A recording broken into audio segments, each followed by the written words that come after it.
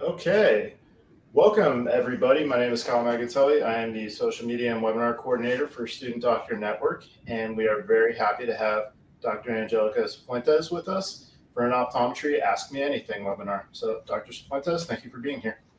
Thank you very much for having me.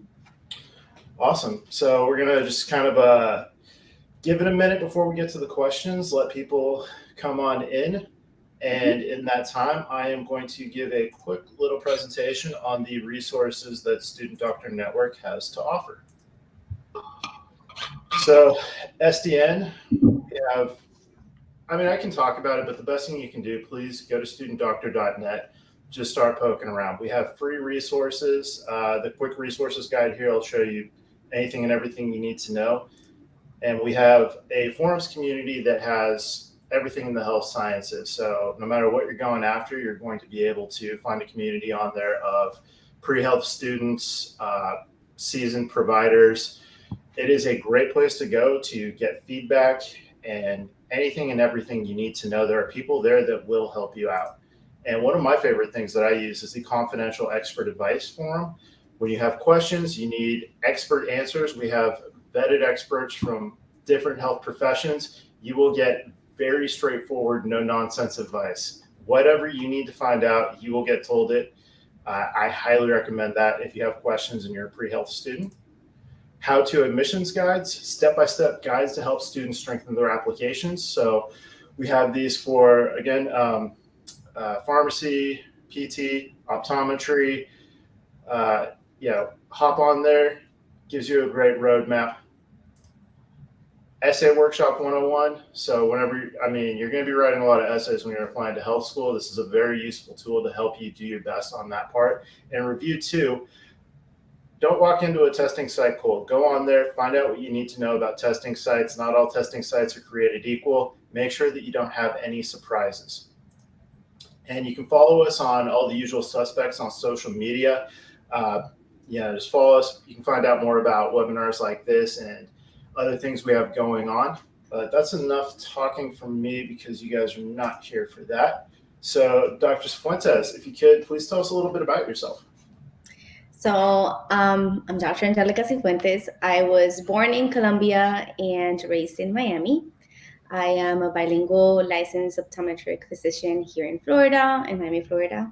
I graduated from Nova State University just this past May of 2022, but I have been in the field since I was 18 years old. So I've done it all from front desk to now doctor.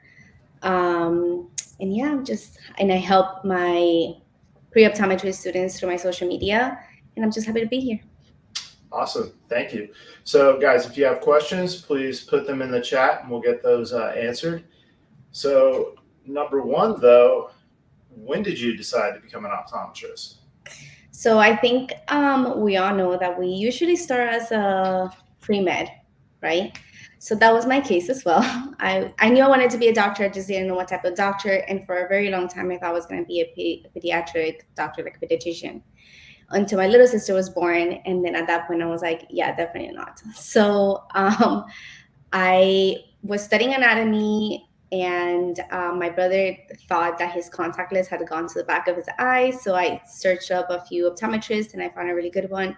So I went with him, and I really liked how she managed the entire situation and was able to give him a straight answer and calm him down on the spot. And he walked out. He came in completely worried and walked out fully happy. So at that point, I asked her if it could just shadow her. And I did. I shadowed her for 2 years straight. I treated it like if it was a job to me. I just completely fell in love within the first week of shadowing her, just seeing every case, how different it is, and how people come in worried, and you're able to help them right on the spot. So I enjoyed it very much, and then I decided to pursue optometry. Awesome. So, next question, how and why did you choose the optometry school you attended? So mainly because I don't know if you know this, but there's about 21 optometry schools in the entire United States, including Puerto Rico. So one of them, it's here in Florida, just in Davie, so about 45 minutes away from my house. And I bought my house when I was in undergrad. So I already had a property here in Miami, and I didn't want to have to either sell it or rent it.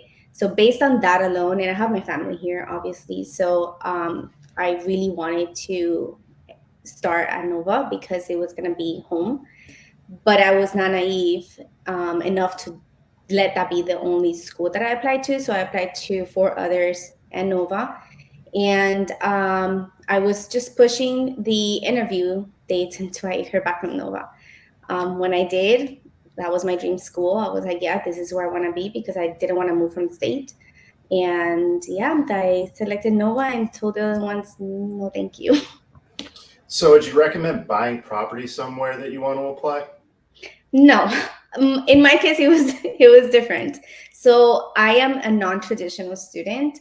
I did my first 2 years of college, and then I took about a 4.5 year break between those 2 years, and then I went back to school, finished my other 2 years, then applied and got in. So during that 4.5 year gap that I had is when life happened for me. That's when I purchased a house. I started to work in optometry offices. I gathered a bunch of experience. And so my path was slightly different, but I would say if you can purchase a home, that's the best investment that you can do. And this is not, a non-financial advisor, but definitely best investment that you can do. But just apply where you see yourself, where you feel like you fit in, because every school feels differently. So you kind of have to have your vision aligned with theirs, no pun intended.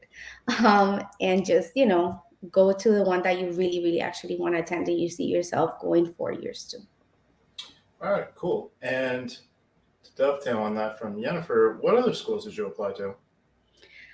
Oh my God. I think it was Midwestern. I should have written them down. It was Midwestern, Arizona, and there's one in like Chicago, NECO. I can't remember the other one at Nova.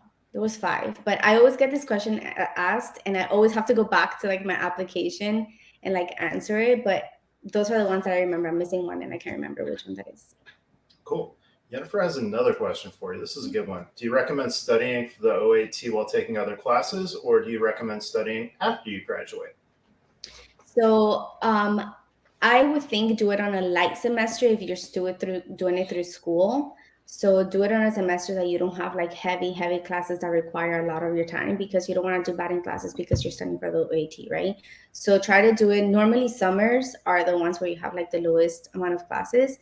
I did it that way. I did it during like a summer, and I dedicated about like 3 months to it, and then I took the OAT, and it was fine. But I think at the time I had like 2 classes maybe, and they weren't hard. So I think that's why that I would recommend that. Cool. Thank you. So we got a question from Melanie. What helps build a relationship with professors in order to get recommendation letters? What are some extracurriculars that boost your application? So definitely attend class. Believe it or not, professors really do see who's in class and who's not. And nowadays it's easier to just be like, forget it, I'll just watch it on replay if they record your classes and stuff like that. Or just be like, I'm not learning anything in class, I'm just gonna do it by myself. That's like the typical college student. Or this class is more important than this one, so I'm not gonna go to this one. I get it. But I think you should really try to go to class so they can physically see you, and then ask questions and be interested. Like, I remember I got one of my letter recommendations from my chemistry and biochemistry professors. And I did actually, I mean, they're hard classes. So I did, in fact, will go to their office hours, and not because I wanted a letter from them, but because I actually needed the help. So you build a relationship once they know that you're interested and you're really trying to do your best, then you get that connection and they'll be more than happy to help you out. And you have to stand out between like hundreds of students who take the class. There's like 200 people in your class. How do you stand out? So that's how you have to kind of be there, show up, show interest, obviously get a good grade in the class. Otherwise, it's going to be like, no, I'm not going to write you a letter. As far as extracurricular activities, like I said, I was a non-traditional student, so I couldn't do much as far as like school wise. I was taking 4 to 5 classes every semester, and I was working 40 hours a week. So definitely 10 out of 10 do not recommend doing that because you do not sleep, and it was horrible. But So my personal extracurriculars was a very, very heavy case load of work experience. But I did do some like vision walks. I did volunteer at like a home, like an elderly home type of place. So I tried to do like other little things, but as far as like clubs is concerned, I wish I could have during undergrad. I did it in optometry school because I couldn't join undergrad. But if you're like a regular traditional student, I would highly recommend you join. Normally, universities have like an optometry club. A lot of times it's not active, but now I've seen that optometry has been more around. So like people know more about it and they want to pursue it. So find out if there's any pre-optometry club at your university, join it, do community service, shadow big time. That helped me a lot, my application. Shadow and be consistent. Don't shadow one doctor here, one here. No, have some consistency, like at least 3 months consistently shadowing the same doctor. Like that one, you build a relationship with that doctor and that doctor can give you a letter of recommendation. And two, it shows that you were committed to doing something. Commitment goes a long way. So shadowing, club, doing volunteer work, and if you can work at a place, and that'll be a plus, like during the summer or something like that. Cool. Yeah, good office hours. That probably got me some softer grades in OChem for sure. So what surprised you the most about your studies? In undergrad or optometry school? Dealer's choice. Okay, so I feel like undergrad prepared me somehow to optometry school because, like I told you, I was working full time and attending school full time. So time management was key for me. I'll show you. I have my iPad here. Literally, this is my Bible. I have a calendar there and I write down absolutely everything I have to do, even from the smallest thing like gym. I write down absolutely everything because like that I know how much time I have during the day to do certain activities. So I was pressed with time during undergrad. So basically just, learning the best way per class that would work for me to do well in exams while also working. That was undergrad. In optometry school, I try to apply the same study methods that I did in undergrad, and I failed miserably. They did not work out. It was the absolute worst. I felt so lost. Like my first 3 weeks of optometry school, I was like, oh my God, I'm gonna fail out of the program because like I don't know what's working for me. It's because it's very different. Like the load and the amount of material they need you to learn at one period of time, it's so much that you're just like, where do I start? So I went back into my time management skills, and then I started treating each class very individually. So if this class, I don't know, reading was what helped me, that's what I would do. If in this class, doing a study group with friends, that's what helped me, that's what I'll do for that class. If in another class it was flashcards, that's what I do, because not every study method worked the same for me per class. So I had to figure out which class worked what. And once I got it, that was it.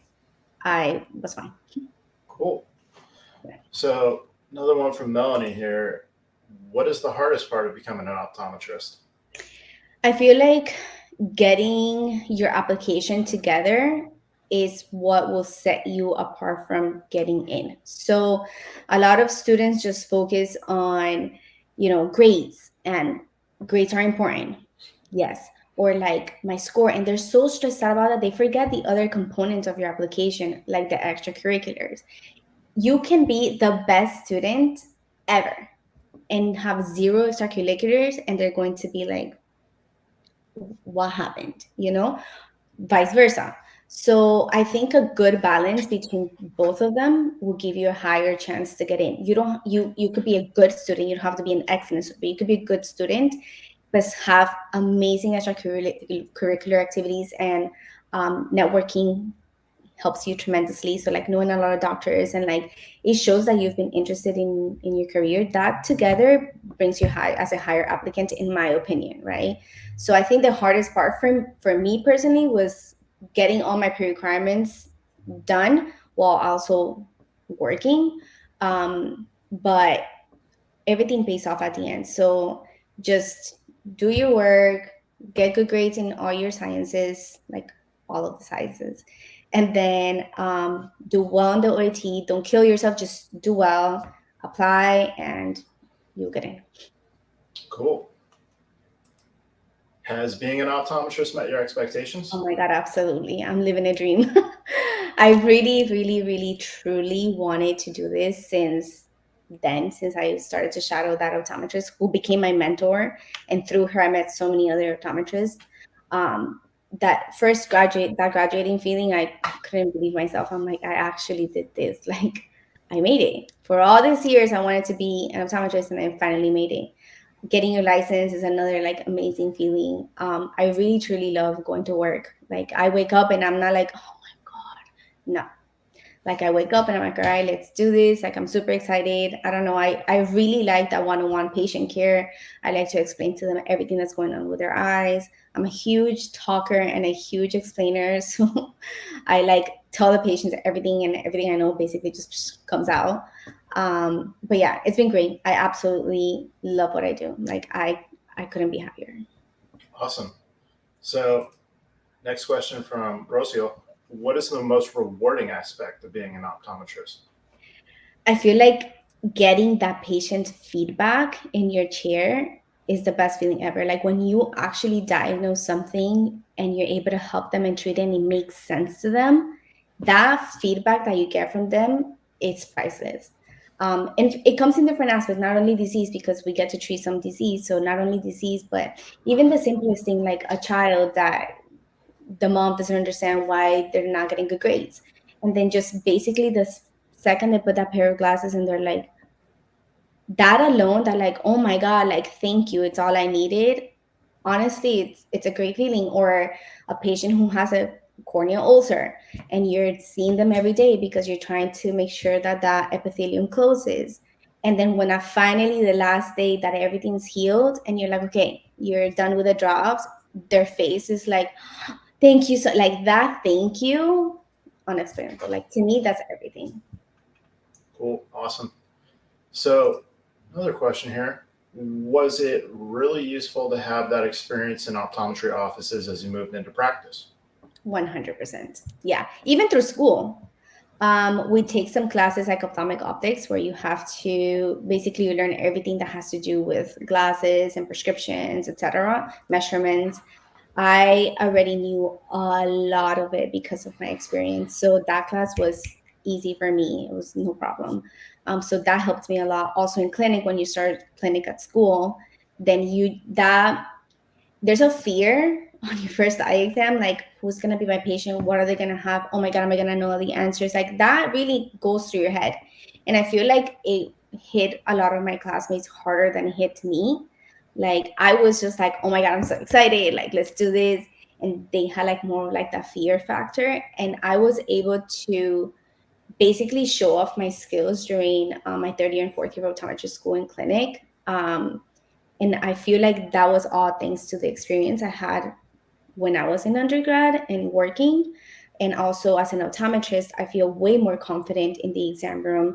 I am able to explain everything for the patients without having to hesitate or like struggle through my answers. Nothing like it's really fluid. So I really, really do highly recommend students to try to either work or shadow, so like that you can see how an eye exam goes like on a regular person or a person who has disease, and you get to see that, and that muscle memory comes back to you when it's your turn to perform. When it's your turn, then you just feel like I've done this before, I've seen it before so many times that it's just easy. The flow goes easier. You don't have to remember like first goes this, second goes this, third. There's no first, two, nothing. You just know what's next because you've seen it so many times that when it's your turn, it's like second nature. So yeah, I definitely do think it's helped me a lot. Awesome. Laura, thank you for that question. And from Emil Chuck, what are the most important things to pay attention to or learn when shadowing? So basically, you have to, it's going to spark, if this is a career for you, it's going to spark a lot of curiosity. So when you come in and you know nothing about what's going on, just start asking questions. At the beginning, I was just like, I had a little, I think I still have it. I had a little notepad and I'll write down like the patient's age and like what was the reason why they were there and what was done. So then at the end of the day, I'll ask like, oh, what's glaucoma? And why did you give that drop? And what's cataract? Because at the time I didn't know obviously those terms. So, and why did you do this? And so be interactive with the doctor. Don't just sit there and like, you know, I mean, that's, if that's how you learn, great. But if the doctor is open to answer all your questions and like gives you that space and that like comfort, because also you have to kind of vibe with the doctor. If the doctor is just like closed off, then how are you gonna ask questions, right? But just see what the case is about and how did the doctor fix the problem and what did they do? Like what steps did they do throughout the exam? That helps you. Go to the optical and be like, hey, how do you fix a pair of glasses? And their opticians will be more than happy to teach you how to fix a pair of glasses. And that alone is a test question in optometry school. So just like get involved and ask anything that comes to your mind. Like literally, there's no question that's stupid at all. Like every question, it's very important. No matter what you ask, just kind of, interact and really try to learn as much as you can. And all of that knowledge, trust me, is going to transfer through in optometry school in your future career. Cool.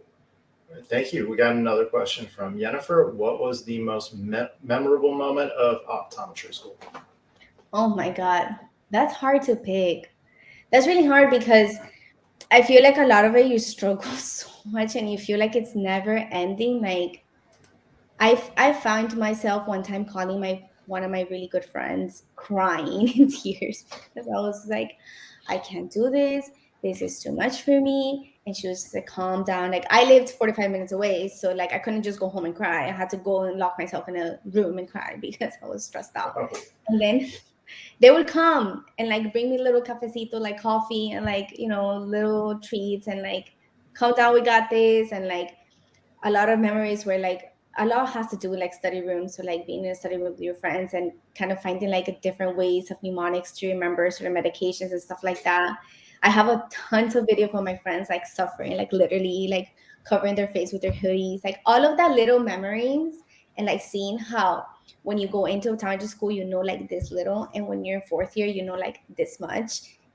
That alone, I think the entire process through the good and bad, it's memorable. Like you can, those memories, you just can never erase them. Like they're priceless, to be honest. The suffering and the good, they're all priceless. Thank you. Another question from Laura. What kind of practice are you working in now? Do you do a lot of business management tasks or are you mostly focused on eye care? So right now I'm doing 2 modes of practice. I'm at a commercial practice inside Target Opticals called Blinking Owl. And I am at a private practice that on Fridays with Dr. Vanessa Marino, who is my mentor. So the one that I started shadowing, the reason why I became an optometrist, I'm back with her. So most of the time I am involved in eye care, but because I worked so much in private practice previous to optometry school, and I worked for an office for 6 years where I basically did everything, like billing, pricing, glasses, contact, like everything. So I learned a lot of the behind the scenes of how to run a practice through there.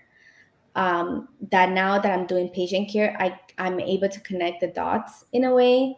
Like I'm like, oh yeah, this we can sell here, so let's go ahead and put that together instead of having the patient go buy it somewhere else. Then I'll just be like, no, we have that here, let's do it.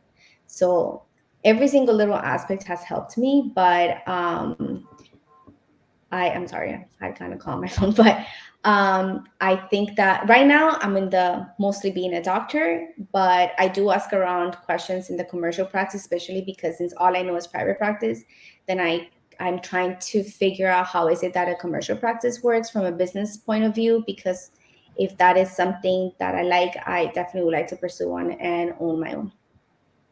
Cool. All right. So next question, what does a typical day look like for you? So day to day, I always wake up, well, not always, but about 3 times a week, 3 to 5, depending on 3 to 4. I lie, 3 to 4. 3 to 4 times a week, I wake up and I go for a mile run. And then I come back home, I shower, get ready, and then I just go to work. I work from 10 to 6. Patient cares, it's really, I told you, I love this. So it's really, really nice. I really enjoy everything that I do. Every single little patient, it's different. Every case is different. So I really enjoy going to work. And then after work, I just basically come home, chill for a little bit, have a little snack, and then I go to the gym. And then that's it. Come back and rinse and repeat. Okay, cool. No more studying. Sometimes when I have a little break, I'll just open a book and like kind of like read through. But just it's more like fun studying. Like, let me review this. Not like I have a test, let me memorize this. Okay, fun studying. I don't know what that is, but maybe I'll get there one day. You get there one day, I promise you. All right, thank you. I'm going to follow up about that. So, another question from Emil Chuck. What are some of the interprofessional experiences you have had where you showed optometry as a valued part of the tram? We'll assume that's team.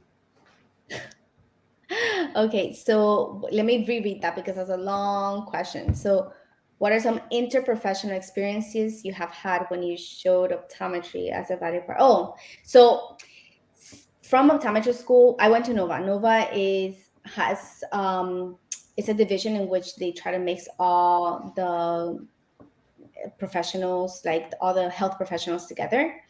So they start you, there's some seminars that you can do in which you go in with like a pharmacist, a pre-med, a medical student, like PT. There's a bunch of us, like different types, and they take you into a room and they have like a actor patient, and they would start talking about whatever the symptoms are. So you start to and I don't know if every school does it, but Nova does it. You go in and then you kind of work a plan together with your other students for the patient. So that's kind of how they start to teach you. Now, as a practitioner, I have to send referrals to ophthalmology a lot whenever there's diseases that I can't handle in office. So I have to send it to them. PCP, because of hypertension and diabetes, huge diseases in America. So we do get to see them in the back of the eye. And whenever we see uncontrolled diabetes or hypertension retinopathy, then we have to send a letter immediately to the PCP. If there is something else going on systemically, then we'll have to talk to whoever the doctor is. Like rheumatoid arthritis, there's different type of diseases that we can see, even neuro-ophthalmology or neurologists themselves. Like, there's a lot of disease that we can see in the eye and a lot of things that we can detect that forces us to interact. Obviously, pharmacists, because we have to prescribe medications. So there's actually a lot of team interaction between your profession and other professions. Cool. Thank you for that question, Emil. Another one from Rocio. What is the most interesting case you have come across?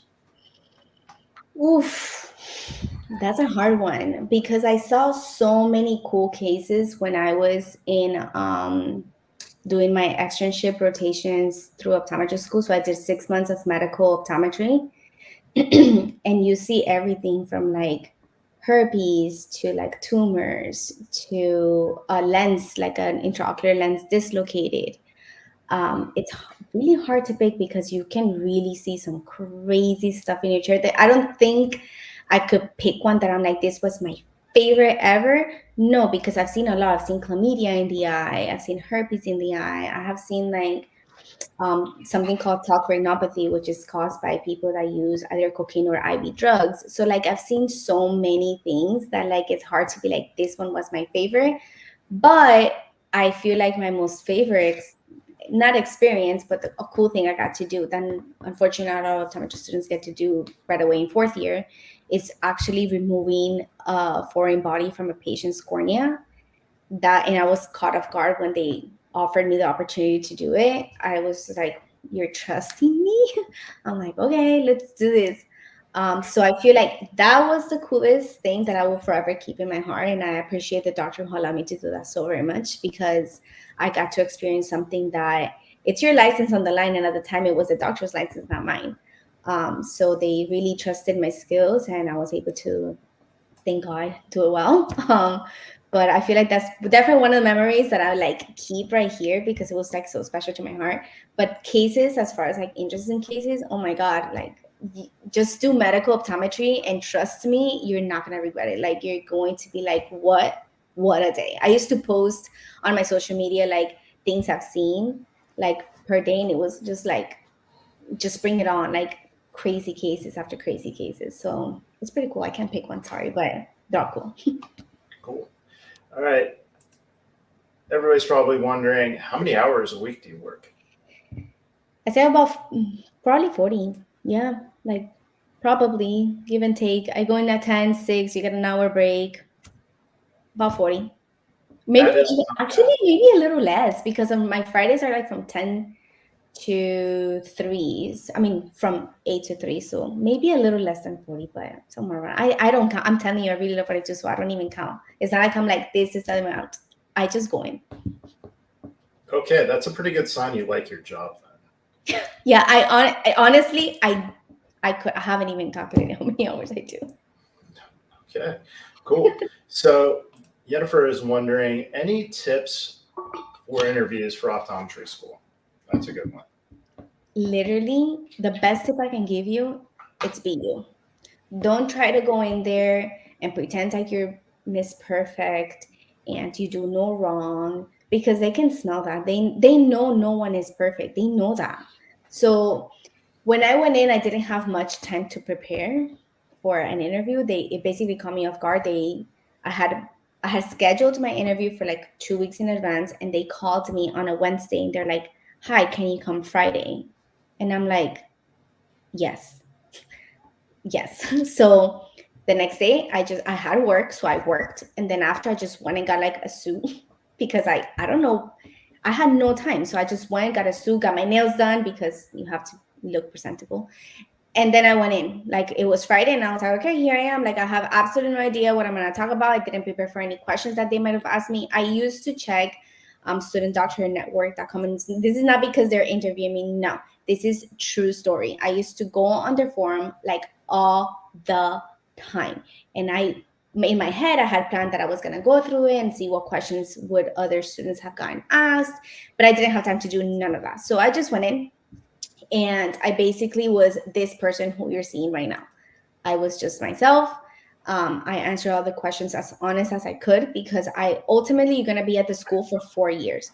They will get to know you. So if you show someone who you're not on interview day and then throughout the 4 years you're this other person, they're gonna be like, "What was that?" And think about it. Those people that are interviewing you ultimately are going to become your colleagues.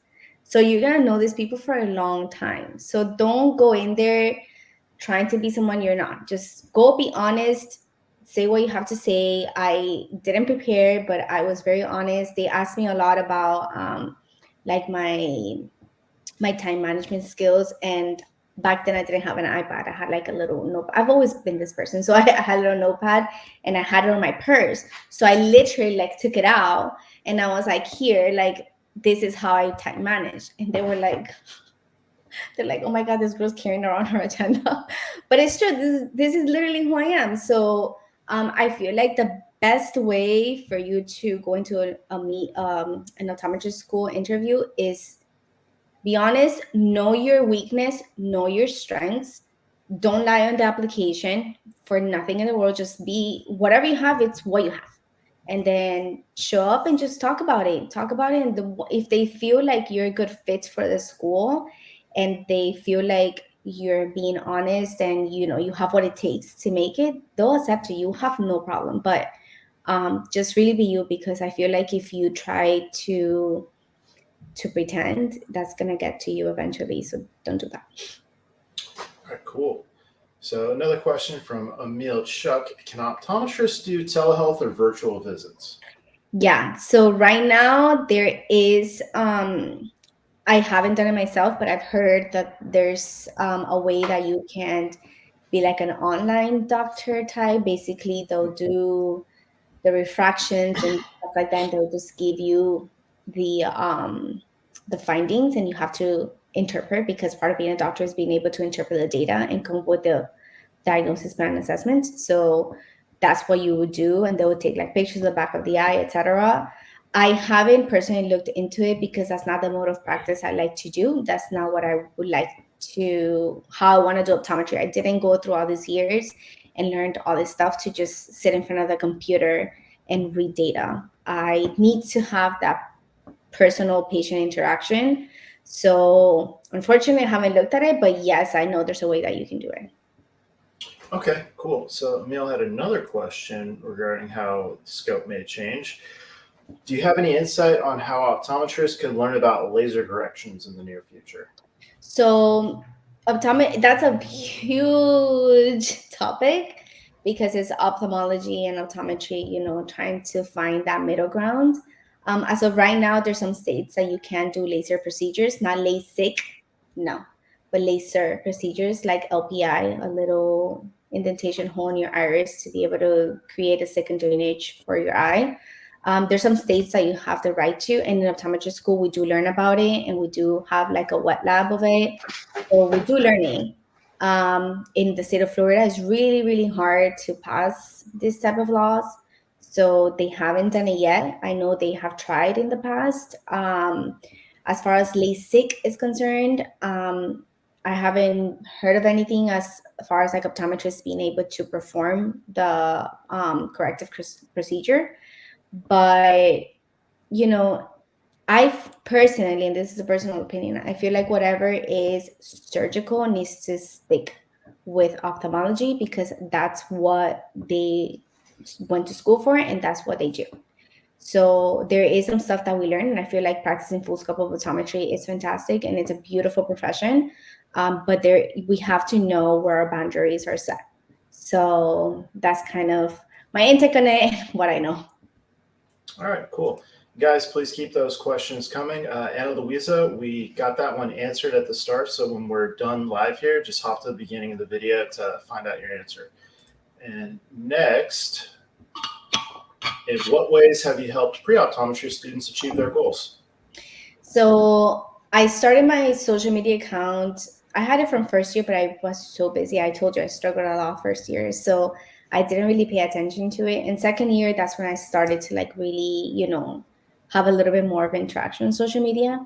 And throughout the entire time, I've always gotten like questions of a pre-optometry students on certain things, and I really tried to help them answer all the questions that they have at the moment, even review some of their personal statements. I have written a letter of recommendation for a student that actually got into optometrist school. So I really try to do my best. I was even considering doing like a little one-on-one mentoring like program, but that's in the back of my head. It's not out yet, but I'm thinking about it. But even if the student is, I have currently a pre-optometry student who reached out to me on social media and she wanted to shadow, and I said, sure, no problem, come on over. And she has shadowed me, I think, like 2 times already. So it's pretty good. I try to really keep them at peace because I know it's an overwhelming experience and you just have all these questions and you feel like doctors are like out of reach and you can't reach out to them. At least when I was applying, I felt like my only person who I could talk to was my mentor and the people who I met through her. But back then, social media wasn't as big as it is now. So I feel like if I'm able to keep that door open for any pre-optometry student that has questions, then I'll be more than happy to help them in whatever way I can. So that's how I try to help my peeps. Cool. All right, we got another one from Emil Chuck. This is an interesting one. What is it like to be a Latina in optometry school and in practice? Oh my God, it's the best thing ever. So in optometry school, it helped a lot to be bilingual because not everyone knows both languages, right? And we do have a high population of Hispanics here in Florida. So being able to communicate with the patients without having a translator helped a lot. In fact, there was some days that I would have to go between my exam and go help translate for another classmate and come back into my exam. A little chaotic, but you get to see at least not just your encounter, but then now you get to see a second encounter because you're helping translate for somebody else. So I feel like it really, really helps me a lot. And now and even now as a practitioner, when people know you can speak your language, they feel at home. So they're like, no, I want the doctor to speak Spanish, please. I want the doctor to speak Spanish. So then you get to, you have that connection with the patients. I'm actually doing a panel for the first time. I got selected by Johnson and Johnson Vision as a leader in optometry, like a Hispanic leader in optometry. So I really do feel like being Latina and being bilingual, like fluently in both languages, has helped me a lot, and I feel like it's a good thing for us Hispanics. Okay, cool. Thank you for answering that one. Yeah, I'm frantically trying to relearn Spanish. Like, oh my gosh, do not let your language skills slip. No, definitely Especially if you're a gringo. Okay, next question. How do you balance your work and hobbies? During optometry school, there was no balance, to be very honest. I kid you not. Like it was really hard for me to even balance my brain alone. And that was with all my time management skills I possibly used. There was just no way. Like it was just, I was 110% dedicated to school. There was nothing. If I had a little break when we had breaks in first year, then I'll go and work as a technician at the optometry practice the private practice that I'm at right now. I'll go and do like tech work, and then I will spend time with my family. But then when it was like time for school and we were in a semester, I didn't know how to do that. And I very to be very, very honest, I never learned. Some of my friends did, and honestly, like props to them because they were able to do optometry school, party, and go on trips. And I'm like, you are a different species because that's not how I am. So I dedicated myself to school, and if I had the time, then I would try to make it to the gym to kind of feel like everything's okay in this chaos. But optometry school, I cannot say I had a balanced life because it was 110% unbalanced. Now I have a balanced life because now I get to just do what I love, and I have obviously more time. I'm not studying for tests 24/7. So I feel like now it's fine. But during optometry school, honestly, I'd be lying to you if I tell you this is how you do it because I failed at it. Okay. Yeah, it sounds like how I handled schoolwork and everything is like just go really hard and work out and then call it a day and don't have a social life. Yeah, or like Not I'll just recommended. walk. Yeah. I'm like, I need to walk because the anxiety levels was like way too high. So I'm like, let me just go for a walk to like reset and then come back and just let's do it all over again because you get stuck. You get stuck. So you have to kind of like take a moment. But that whole like let me go party and then come like I couldn't do it. I just couldn't. Yeah, it takes a lot of energy. Yes. Cool. If you guys have any more questions, please keep them coming. This is the last one that I've got queued up. In your position now, knowing what you do, what would you say to yourself back when you started? Don't panic. Don't panic. Everything works out. I remember I used to be so stressed out.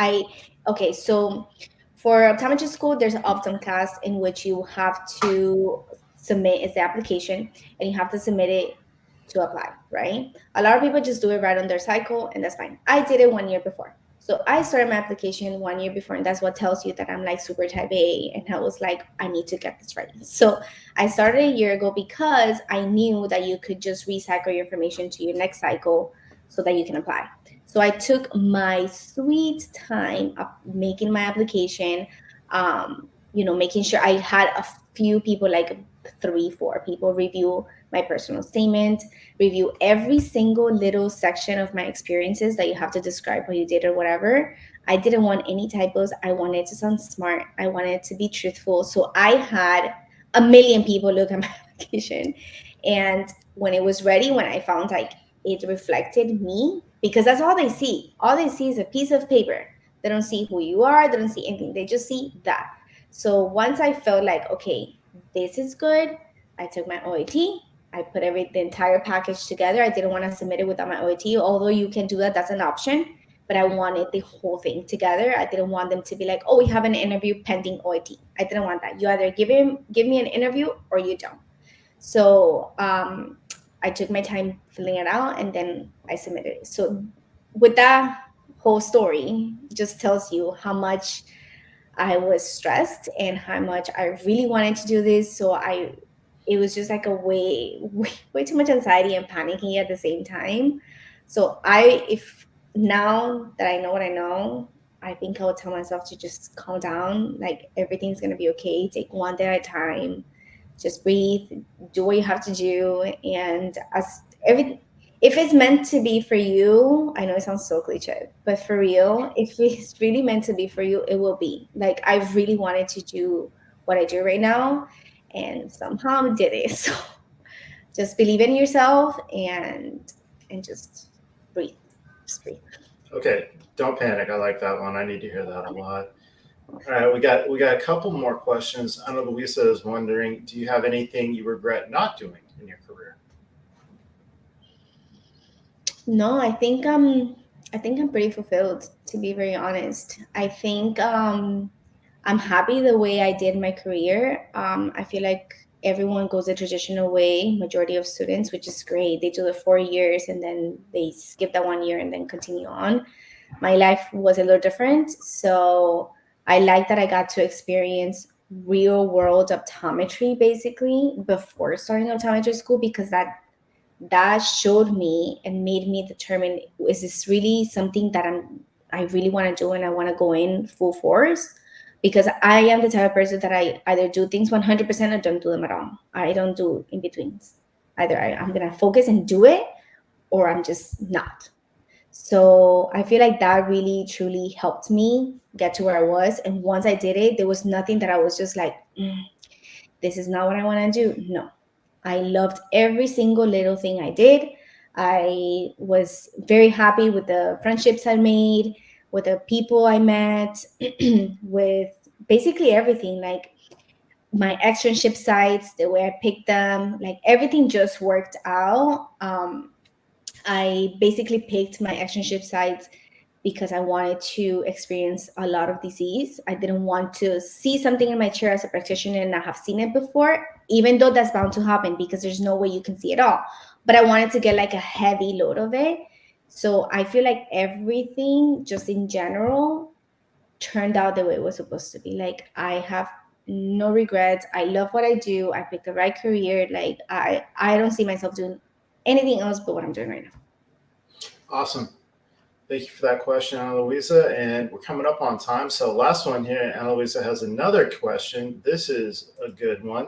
I'm a freshman undergraduate in the university wanting to become an optometrist. Where should I start? What should I do? All right, so I think you should start by selecting a major. It could be anything. The good thing about optometry is that you can graduate with any degree as long as you have all your pre-requirements met, right? So go on to I believe there's 21 optometry schools in the entire United States, including Puerto Rico. So go through a few, start seeing where is it that you kind of want to be. I know you're early on into your undergrad, but early it's good. So look through them, see the pre-requirements. Majority have the same exact pre-requirements. So just make sure you meet those and that you get good grades in those classes. Start shadowing an optometrist as soon as you can. So like that you truly find out if this is what you want to do. Then after that, just try to get into your volunteer work. Like throughout your entire years of university, try to build your extracurricular activities up. Don't wait to the last minute. Like this is what I want to do, so I'm just gonna do all of these things at once. No, because in your application it will show that from 4 years ago you did this one, and so you build your way up. Do that, get the good grades in your sciences, start making relationships with your professors. There's classes like Bio 1, Bio 2 that most likely the same professor will teach, or Chem 1, Chem 2, Biochem. I mean, it's Orgo 1, Orgo 2. There's certain classes that you have to follow a sequence to, and if you make a relationship with the professors that teach you the next semester, then there's your letter of recommendation right there, and you were just doing your job. You were basically going to school and taking the class that you need to take. So just play it smart, and if you already know that this is something you want to do, start shadowing to make sure, like solidify that this is what you want to do, and just start building up your application. Just start getting all those extracurricular activities done. Basically, start in filling out someone. Keep track of what you've done, because you're quick to forget the things you've done. So just do a little Word document. This day I shadowed blah blah blah, and I did this and I learned that. And this day I volunteered blah blah blah. Like keep it like that. So when it comes to application time, you have that document ready, and all you have to do is like copy paste and make it pretty. So do that, and you'll be great. Cool. And I'm going to ambush you with one more. Ana Luisa is wondering, are you planning on having a meet and greet in Miami? Oh my God. I mean, if you want to meet me, you're more than welcome to reach out to me on social media. And I'm an open book, honestly. This person that you see right now is the same exact person you see in person. Like I am the way I am. I have met a lot of like my followers on social media that they've reached out to me, even optometry students who are like from another state, but they're doing their externship here, and they're like, "Hey, like, would you like to grab a cup of coffee?" I'm like, "Absolutely." So yeah, just not an official meet and greet because I don't even think I know how to do that. But if you ever want to just grab a cup of coffee and talk, I'm more than happy to do that for you. Cool. Thank you so much. If you didn't get your question answered, are people able to find you online? Where can they talk to you? Yeah, so you can find me on Instagram at Tiny Optometrist. That's my handle. And that's basically my main form of social media. I'm also on TikTok, but I'm just growing that little by little. Mainly it's Instagram, and you can just go ahead and DM me and we'll talk. No problem. All right, cool. Hey, Dr. Fuentes, thank you so much for your time. Thank you to everybody for your questions and participating. Really excited to have gotten to learn from you here. Again, thank you. Of course. Thank you so much for having me. This was great. All right, thanks, guys. Thank you. Bye.